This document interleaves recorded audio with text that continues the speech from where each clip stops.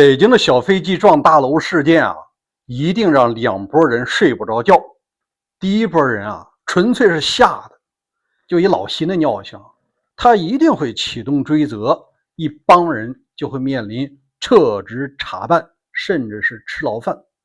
但另一拨人啊，人家纯粹是高兴的，乐得睡不着觉，因为他们发现这件事啊，可能给他们带来了源源不断的财富，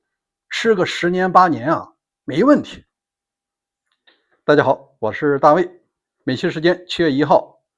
咱们前几天啊一直在聊这个小飞机撞大楼事件，今天啊又有点新进展，给大家聊聊。我先说2个结论啊。第一啊，这件事儿是老习是自酿苦果，他是怎么清洗空军和中部战区的，一会儿我们聊聊。那第2个结论啊，那就是有一个行业因此而获益。我觉得未来10年20年啊，这个产业啊都有饭吃。咱们还是先说第一个。以前节目我讲过了，北京首都的防空啊，具体的责任单位不是卫戍区，就是北京军区，现在叫中部战区的空军，没有别人。那我们就来分析一下这次的空军为什么没有拦住，明明发现了不敢拦的原因是什么。咱们把时间轴啊先拉到昨天，就是中国时间的7月1号啊，这个央视报道了最新的媒体画面。然后呢，联合早报他就发现了在军中高层里啊有一个新的异动，也就是在国防部长董军上将和中部战区司令韩胜言上将的旁边坐着一位中将。按说啊，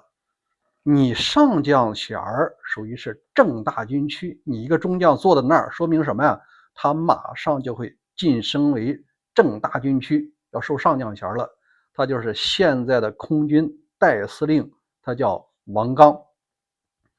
我提这个事儿呢，是想告诉你，空军在2025年的12月份经历了一次大换血。这个换血啊，是直接是高层从上到下，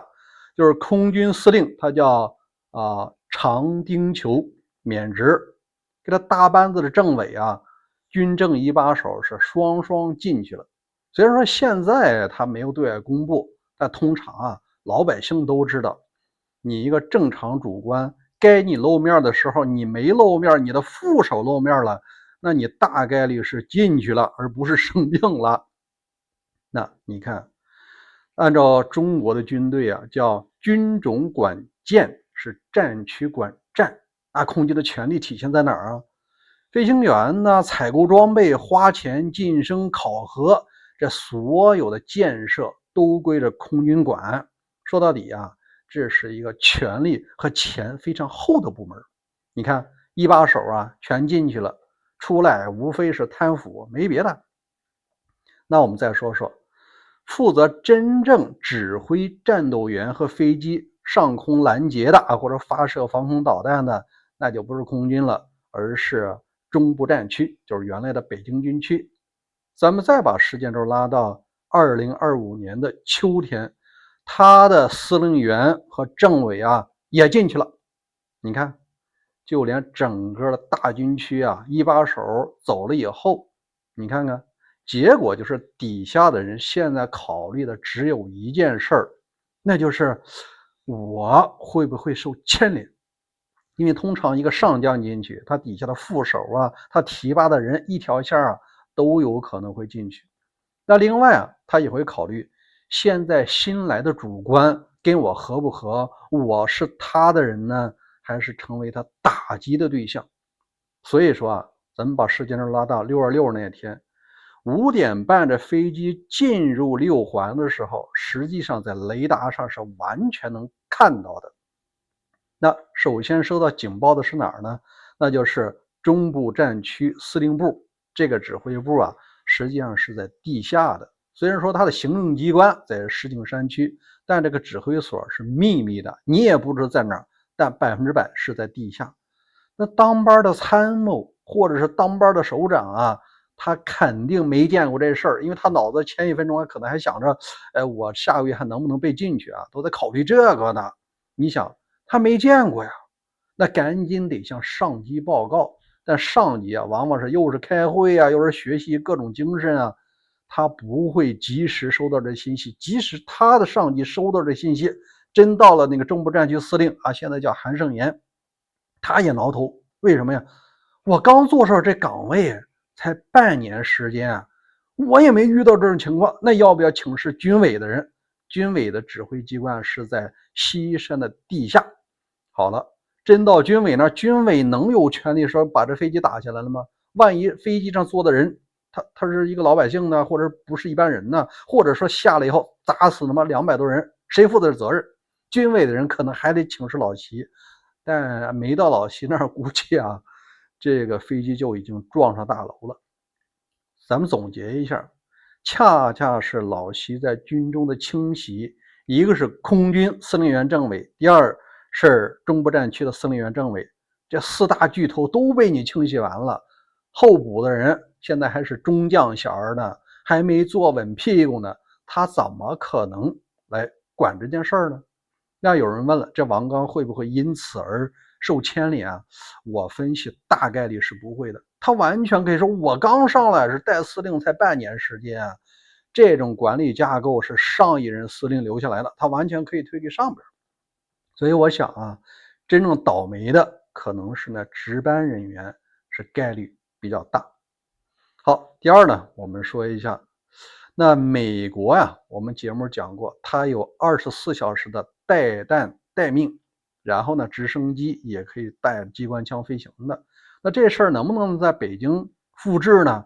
有这种可能，而且这种可能性是极大的。至少啊，它要在一些非中南海的区域，你飞飞试试，关键啊，震慑一些这些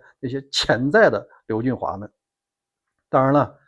第二个节目我想说呢，有一个行业将迎来一轮暴赚，那个就是激光防卫武器。在这儿我明确说一下，北京实际上已经装备了这个叫做沉默猎手的激光武器，它是反无人机的，也可以打这种小型飞机，完全没问题。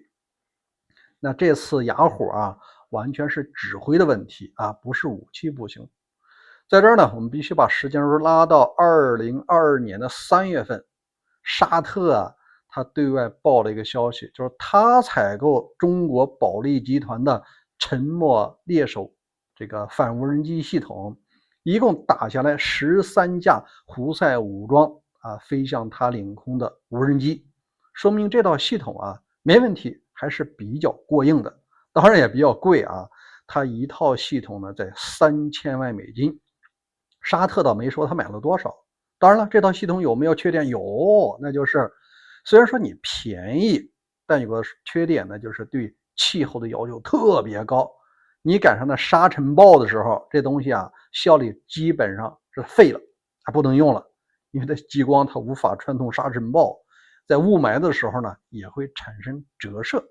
它必须得和密集阵呢是互相补的关系。在这儿我们提一句啊，到底是哪些产业链能够赚钱？首先说这个沉默猎手啊，虽然说是保利集团对外卖，它也卖给阿联酋呢，也卖给伊朗一部分，但本身啊，你要是北京、上海、深圳或者以后的省会和各大城市都要装这个东西的话，大概率是要装啊，它就不需要保利了，它直接向一家企业叫做中国电科，这家企业呢还是被美国的五角大楼制裁的公司，专门搞军火的。这里面呢实际上是中国军工的一个分工。这套系统的核心激光发生器的研发机构是九院，它是在四川的绵阳。除了你激光厉害，你还得配合雷达呢，雷达就来自于中国电科集团。另外你要把这套系统啊实现机动性，要放在车上，就是北方工业，这是3家军工巨头合计的产品。我相信未来啊，除了北上广深之外，一些省会城市、副省级城市，如果你想发展这个低空经济，如果不想一棍子打死的话，那一定得把这防卫做好，让那些开飞机的人知道，你只要想撞这些建筑物，你首先会被激光融化掉下来，看你还敢不敢。好，关于这件事儿您怎么看？欢迎在留言区留言，咱们明天再会。